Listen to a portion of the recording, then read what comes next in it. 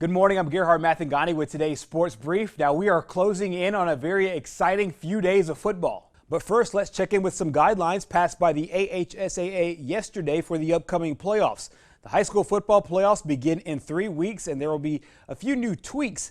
Attendance will be restricted to 33% capacity at stadiums. Now that figure is based on the current recommendations by the Alabama Department of Health. The AHSAA will study stadium capacity submitted by the school superintendents, and they'll start to evaluate those in the coming weeks.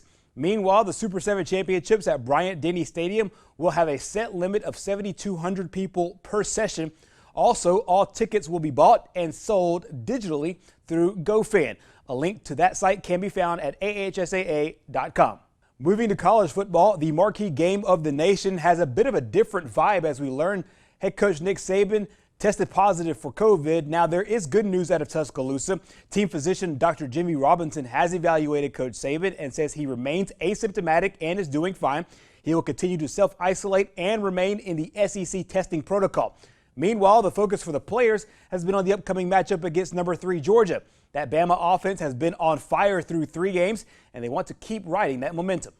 I think that's good just because teams can't just sit there and just be like, oh, we're going to focus on this person and that person. But really you have to focus on everybody in the offense because you never know whose day it's going to be. And coming into Georgia, they have a really amazing defense, one of the best in the nation. And that should just motivate me more. Really, anybody motivate me more, but like Georgia, if you look at what they've done Tennessee last game, that when you line up against them, like on the opposite side of the ball, it's straight dudes out there, like it's dogs really. So, this is just a motivating game for all of us. It motivates me more because I'm at to. I will have to. Me personally, I feel like I have to be on top of my game even more, to know that that we can come out of this game victorious. Alabama is a 4-point favorite in tomorrow's matchup at Bryant-Denny Stadium. Kickoff is set for 7 o'clock. Meanwhile, Auburn will look to collect its first road win as they head to South Carolina in Week 4. The Tigers have a lot to improve on both sides of the ball. That Auburn defense will have its hands full with Gamecock quarterback Colin Hill and offensive coordinator Mike Bobo. That unit put up 41 points in their win over Vandy last week. They're sound.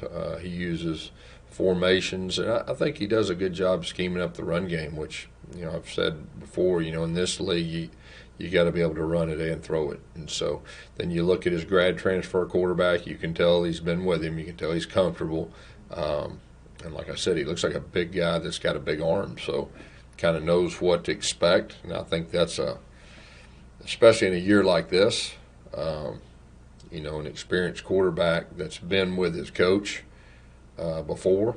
I think those teams have an advantage over some. The Tigers and Gamecocks square off tomorrow at 11 a.m. Meanwhile, Troy is back at home for the second straight week tomorrow. The Trojans will face Eastern Kentucky out of the OVC. Troy had a solid offensive performance in their 37-17 conference victory over Texas State.